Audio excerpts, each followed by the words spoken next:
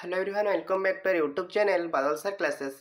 सो आज मैं स्टार्ट कर जाऊँ कौन ना दशम श्रेणी बोर्ड एग्जाम निमंते सिलेक्टिव प्रश्नपत्र बा इंपोर्टाट क्वेश्चन तुम आनी जोटा कि लाइफ साइंस रो सब्जेक्टिव प्रश्नपत्र जोटा कि तुम हेल्पफुल हम।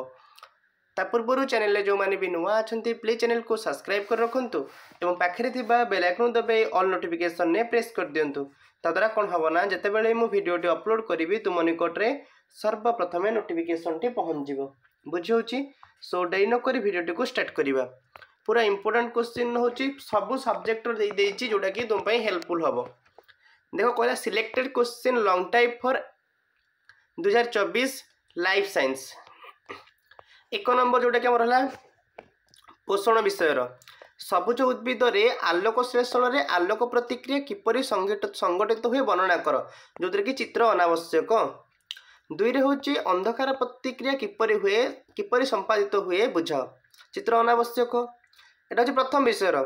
3 नंबर क्वेश्चन परभोजी पोषण श्रेणी विभाग करी प्रत्येकर विशेषत्व वर्णना कर। 4 रे कहूँ मनीष पाकस्थली अवस्थिति गठन और कार्य लेख जो कि चित्र अनावश्यक। 5 नंबर क्वेश्चन कहूँ मांस हजम करुवा एंजाइम कहीं आम पाकस्थली को हजम करे नहीं। 6 रे आलोक श्लेषण पत्रहरित आवश्यक दर्शाइवाई एक परीक्षण वर्णना कर। 7 नंबर क्वेश्चन क्लोरोप्लास्ट और केल्विन चक्र एक नामांकित रेखाचित्र प्रदान कर वर्णना अनावश्यक। 8 नंबर क्वेश्चन मनुष्य पाकतंत्र एक नामांकित चित्र प्रदान कर जो कि वर्णना अनावश्यक। 9 नंबर क्वेश्चन कहला शोषण शोषण कौन शोषण विशेषत्व गुड़िक बुझा। प्रति चैप्टर रो 6-7 क्वेश्चन लेखा दि जाए जोटा कि तुम परीक्षा बहुत ही हेल्पफुल हम बुझीपारुच। 10 नंबर क्वेश्चन कहूँ इलेक्ट्रॉन परिवहन संस्था और एटीपी सृष्टि कौन बुझा। 11 कहूँ विभिन्न प्राणी मानकरे किपरि श्वासक्रिया होता है बुझाओ। 12 नंबर क्वेश्चन संवादन और गैस परिवहन बुझाओ। 13 नंबर क्वेश्चन जीवा मनुष्य श्वासतंत्र एक नामांकित चित्र अंकन कर जो कि वर्णना अनावश्यक। फिजिकल साइंस दिज्व तेणु समस्ते चैनल को सब्सक्राइब कर रख जहाँफल कि सब सब्जेक्ट प्रश्नपत्र पाइपर। 14 नंबर क्वेश्चन शोषण प्रतिक्रिया रे अंगारकाम्ल निर्गमन पर एक परीक्षण वर्णना कर। 15 नंबर क्वेश्चन जैविक जारण कौन शोषण को प्रभावित करुवा कारक गुड़िक लेख। 16 रे कहला उद्भिद रे शोषण वर्णना कर। 17 नंबर क्वेश्चन उद्भिद रे पोषक परिवहन रे संशक्ति तत्वर भूमिकाटी वर्णना कर। 18 नंबर क्वेश्चन जीवा मनुष्य हृत्पिंडर आभ्यंतरीण गठन वर्णना कर जो कि चित्र अनावश्यक। 19 नंबर क्वेश्चन रक्त जमाट बांधिया प्रक्रियाटी को बुझाओ। 20 रे जीवा मनीष रे दैत्य संचालन बुझाओ आ बेंगो माछर रक्त संचालन को बुझाओ। 21 नंबर मनुष्य हृत्पिंडर बाह्य गठन एक नामांकित चित्र अंकन कर मनुष्य हृत्पिंडर बाह्य गठन एक नामांकित चित्र अंकन कर। नेक्स्ट क्वेश्चन जीवा रक्तचाप और रक्त वर्ग कौन बुझाओ आउ इंपोर्टेंट होची आरएच रक्त वर्ग कौन। 23 नंबर क्वेश्चन वृकक अंत गठन वर्णना कर। 24 रे जीवा वृकक रे वृकक कार्य संबंध में विवरणी प्रदान कर। 25 नंबर क्वेश्चन कहूँ विभिन्न प्राणी मानक रेचन संबंध विवरणी तुम भावन कि सर एत क्वेश्चन दौरान प्रति चैप्टर कहीं 10-12 चैप्टर आमर अच्छी तेणु सबुद 5-6 क्वेश्चन दि जाऊँ मात्र बुझीपारुच तेणु 50 क्वेश्चन दि जाऊँ तेणु भावन कि एत क्वेश्चन दि जाऊँ कि अधिक क्वेश्चन ना विषय अनुजाई क्वेश्चन दि जाऊँ प्रति विषय अलग अलग बुझीपारुच 5-6 प्रति विषय 5-6 क्वेश्चन पढ़ले आमर आराम से हो। नेक्स्ट क्वेश्चन कहूँ वृकक रे अनुदैर्घ्यक छेदनर नामांकित चित्र अंकन कर। 27 नंबर क्वेश्चन मनीषर रेचनतंत्र एक नामांकित चित्र अंकन कर। 28 नंबर क्वेश्चन कहूँ ग्लोमेरुलस गठन और कार्य बुझाओ। 29 नंबर मनुष्यर अन्य रेचन अंग संबंध में विवरणी दियो।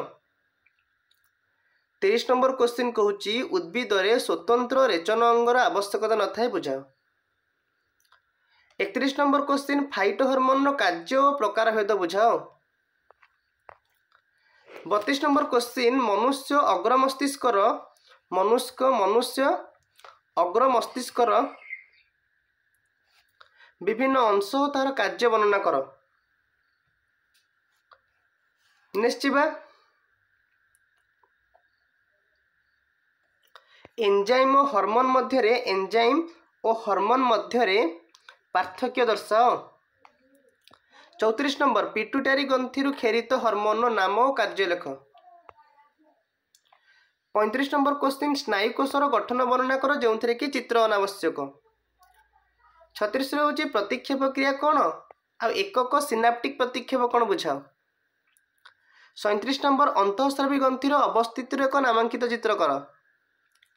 38 नंबर सुषुम्ना कांडर गठन और कार्य संबंध में लेख।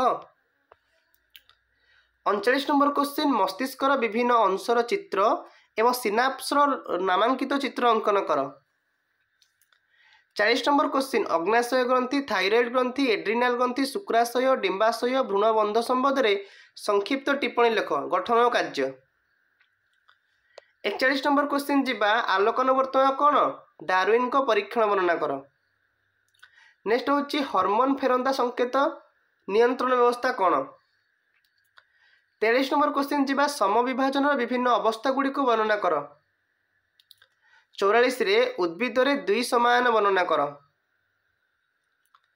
45 नंबर क्वेश्चन उद्भिद रे अलिंगी जनन एक विवरणी दियो।